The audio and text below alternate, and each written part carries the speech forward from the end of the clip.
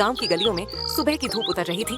मिट्टी की खुशबू, पक्षियों की चहचहाहट और हल चलने की आवाज, सब कुछ जैसे जिंदगी की एक धुन बजा रहे थे। वहीं एक बूढ़ा मजदूर रमेश अपने फटे गमछे से माथे का पसीना पोंछता हुआ खेत की ओर जा जब रहा तक था। सांस चले काम चलता रहेगा, यही तो जीने का तरीका है। उस दिन धूप बहुत तेज थी।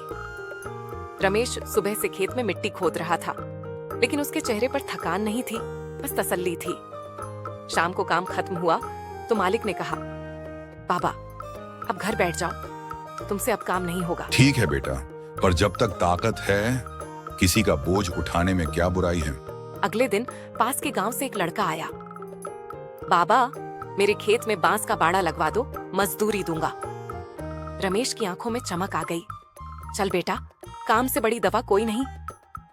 वो सुबह से शाम तक मेहनत करता रहा, धूप में भी, मिट्टी में भी, पसीने से तरबतर, पर हर बांस को सीधा गाड़ा, जैसे अपने जीवन का खंभा खड़ा कर रहा हो। काम पूरा हुआ।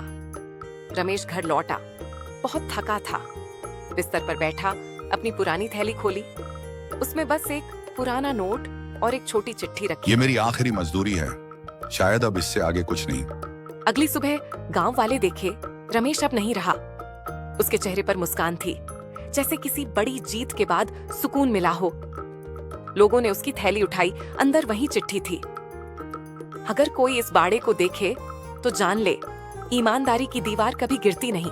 आज भी जब हवा उस खेत से गुजरती है तो जैसे रमेश की आवाज तो सुनाई देती है। काम छोटा नहीं होता, बस दिल सच्चा होना चाहिए।